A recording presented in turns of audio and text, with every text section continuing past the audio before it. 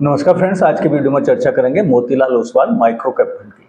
जैसा कि आप जानते हैं कि जितने भी प्रकार के म्यूचुअल फंड होते हैं उनमें सबसे अच्छा रिटर्न्स देते हैं इक्विटी म्यूचुअल फंड, और इक्विटी म्यूचुअल फंड में भी सबसे बेहतर रिटर्न देते हैं स्मॉल कैप फंड। लेकिन माइक्रो कैप फंड ऐसे फंड हैं जो कि स्मॉल कैप से भी अधिक रिटर्न देते हैं लॉन्ग टर्म में, लेकिन आपको इनमें इन्वेस्टमेंट करने का अवसर अभी तक उपलब्ध नहीं था। रीज़न यह है कि कोई माइक्रो कैप फंड इन्वेस्टमेंट के लिए अवेलेबल ही नहीं था इंडियन मार्केट्स में। लेकिन करीब 1 साल और 11 महीने पहले, लगभग 2 साल पहले, Motilal Oswal micro cap fund investment के लिए मार्केट में अवेलेबल हुआ इंडिया में, और तब से इस फंड की परफॉर्मेंस आउटस्टैंडिंग रही है। इसने 2 साल से भी कम समय में 1 साल और 11 महीने में मात्र रिटर्न्स दिए हैं 66% के। यानी कि जिन लोग ने 10 रुपीज़ की NAV में इसमें इन्वेस्टमेंट किया था, आज उसकी NAV बढ़ के 16.60 के आसपास है इस समय। इसे ऐसे भी कह सकते हैं कि आपने करीब 2 साल पहले या उससे भी थोड़ा कम ही समय हुआ है अभी, इस फंड में यदि इन्वेस्टमेंट किया होता 1 लाख रुपए का, तो इस समय वो बढ़ के हो चुका होता 1,66,000। ऐसा अच्छा रिटर्न और किसी भी कैटेगरी के किसी भी फंड ने नहीं दिया है पिछले 2 साल में। वीडियो के अगले सेक्शन में जानेंगे कि माइक्रो कैप कंपनीज कौन सी होती हैं जिनमें कि यह फंड इन्वेस्ट करते हैं, और इस तरह के फंड्स में क्या रिस्क होता है। तो माइक्रो कैप कंपनीज वो होती हैं जो निफ्टी की जो टॉप 500 कंपनीज हैं उनसे कम मार्केट कैप वाली जो कंपनीज होंगी। ऊपर की जो 500 कंपनीज हैं, टॉप 500 कंपनीज हैं, उसमें सबसे टॉप की 100 कंपनी तो हो गई आपकी लार्ज कैप। उसके बाद की 150 जो कंपनीज हैं वो हो गई आपकी मीडियम कैप कंपनीज, और उसके बाद जो 250 हैं वो हो गई स्मॉल कैप कंपनीज। अब इन 500 कंपनीज के बाद के जो 250 कंपनीज होंगी जो मार्केट कैप में जाहिर है कि बहुत कम होंगी, जो स्मॉल कैप कंपनीज हैं उनसे भी कम इनका मार्केट कैप होगा। तो ऐसी कंपनी जो NSE में 501 से लेके 750 तक, 501 से 750 तक जिनकी रैंकिंग है मार्केट कैप वाइज, वह हिस्सा होंगी निफ्टी माइक्रो कैप 250 इंडेक्स का, जिसमें कि यह फंड इन्वेस्ट करता है। तो जाहिर है कि ये काफ़ी छोटे मार्केट कैप वाली कंपनीज होंगी, और इनके जो फायदे हैं और जो नुकसान है वो यह है कि सबसे बड़ा फायदा तो यह है कि छोटी कंपनी होने के कारण, बहुत छोटी कंपनी होने के कारण इनमें ग्रोथ की संभावनाएं बहुत अधिक होती हैं। आप जैसा कि जानते ही हैं कि लार्ज कैप से चलते हुए आप आइए मिड कैप में, मल्टी कैप में और फ्लेक्सी कैप में, स्मॉल कैप में। तो जैसे जैसे आप कम मार्केट कैप वाले फंड्स में इन्वेस्टमेंट करते जाते हैं वैसे वैसे आपके रिटर्न्स बढ़ते जाते हैं। लार्ज कैप से ज़्यादा आपको मिड कैप में मिलता है, मिड कैप से ज़्यादा आपको स्मॉल कैप में मिलता है, और स्मॉल कैप से भी ज़्यादा आपको रिटर्न मिलता है माइक्रो कैप में, जो कि अभी तक ये आपके लिए इन्वेस्टमेंट के लिए अवेलेबल नहीं था, लेकिन अब यह अवेलेबल है पिछले 2 साल से। लेकिन जो इसका नुकसान है वह यह है कि जैसे जैसे आप लार्ज कैप से और नीचे की तरफ आते जाते हैं, स्मॉल से स्मॉल मार्केट कैप के फंड्स में इन्वेस्टमेंट करते जाते हैं, वैसे वैसे आपका वोलेटिलिटी बहुत बढ़ जाता है, जिसको कि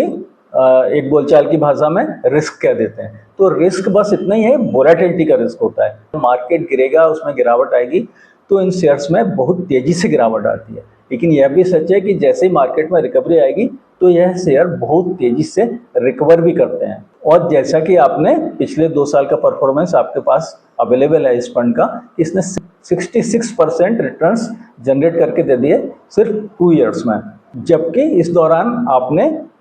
मार्केट का बुल रन भी देखा, और जो 5-6 महीना अभी थोड़े समय पहले, पिछले करीब 2 महीने से थोड़ा सा रिकवरी है, तो जब डाउन टर्न भी आया तो वो भी इस फंड ने एक्सपीरियंस किया, और उसके बावजूद आज की डेट में इसका 66% रिटर्न आपको मिल रहा है सिर्फ 2 साल में आपके इन्वेस्टमेंट पे। अब वीडियो के अगले सेक्शन में चर्चा करेंगे कि इस तरह के फंड्स में किसको इन्वेस्टमेंट करना चाहिए और कितना इन्वेस्टमेंट करना चाहिए और किस तरह से इन्वेस्टमेंट करना चाहिए।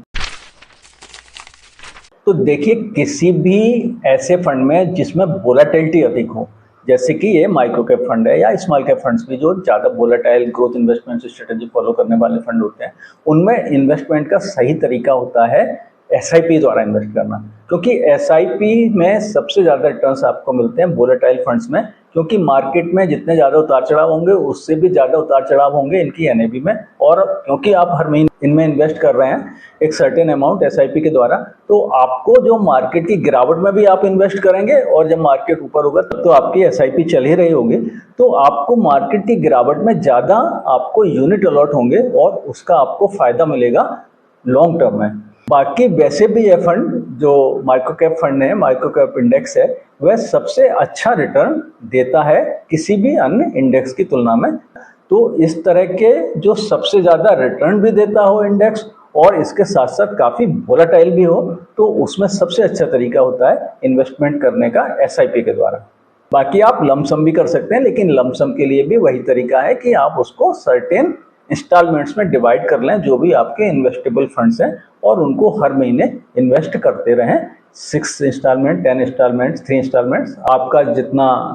वोलेटिलिटी टॉलरेंस हो उस हिसाब से आप इन्वेस्टमेंट करेंगे अगर लमसम में भी, तब भी आपको एक एवरेज प्राइस मिल जाएगा। बस सावधानी आपको यह बरतनी है कि आपको अपनी साइकोलॉजी का असेसमेंट कर लेना है कि मार्केट में जब बहुत ज़्यादा वोलेटिलिटी आती है तब यह फंड बहुत ज़्यादा गिर जाते हैं, और इतना ज़्यादा गिर जाते हैं कि आपको डरा सकते हैं। इनमें 50% या उससे ज़्यादा भी गिरावट आ सकती है इनकी NAV में, और आपको लग सकता है कि हमारा पैसा तो आधा ही रह गया या उससे भी कम चला गया, ये हम कहाँ फंस गए। तो यदि आप यह बात जानते हैं कि यह रिकवर कर जाएगा फंड, इतना कन्विक्शन है आपके अंदर, आपको विश्वास है स्मॉल कैप और माइक्रो कैप फंड्स की रिकवर करने की क्षमता में, तो ही आप इस तरह के फंड्स में पैसा लगाएं। और यदि आप पैसा लगाते भी हैं तो एक सर्टेन अमाउंट ही अपने टोटल पोर्टफोलियो का इन्वेस्ट करें माइक्रो कैप फंड में और स्मॉल कैप फंड्स में, यदि आप वोलेटिलिटी टॉलरेंस के लिए तैयार नहीं हैं तो। यदि आप वोलेटिलिटी टॉलरेंस के लिए तैयार हैं,